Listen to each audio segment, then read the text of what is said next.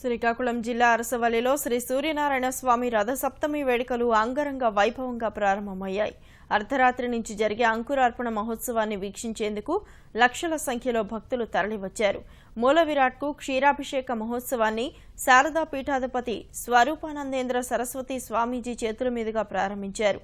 అర్చకులు వేద మంత్రోచ్చారణల మధ్య స్వామివారికి అభిషేకాలు నిర్వహించారు. ఈ కార్యక్రమంలో ప్రజాప్రతినిధులు పెద్ద ఎత్తున పాల్గొన్నారు. భక్తుల రద్దీకి తగ్గట్లు అధికారులు విస్తృత ఏర్పాట్లు చేశారు. 1,00,000 లడ్డూ ప్రసాదాలను అందుబాటులో ఉంచారు.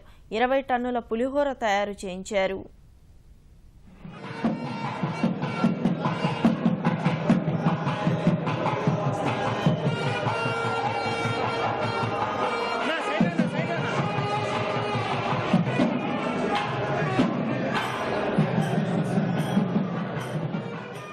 సూర్యనారాయణ స్వామి రథసప్తమి వేడుకలు అంగరంగ వైభవంగా జరుగుతున్నాయి. గత సంవత్సరం చాలా మందికి భక్తులందరూ కూడా ఇబ్బందులు పడినటువంటి దృష్ట్యా ఈ సంవత్సరం అధికార యంత్రాంగం అన్ని ఏర్పాట్లు కూడా చేశారు.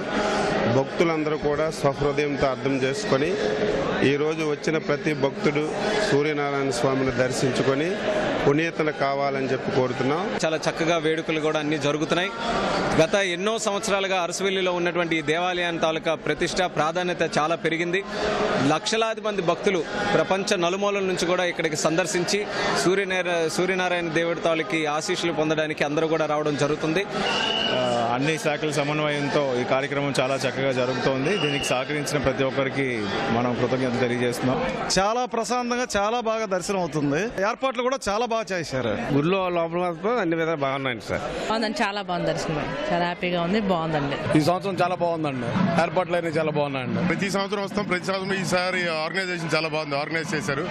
స్వామి దర్శనం ప్రతి సంవత్సరం కంటే ఈ సంవత్సరం చాలా బాగా దర్శనం అయ్యింది. చాలా సంతోషం వేసింది.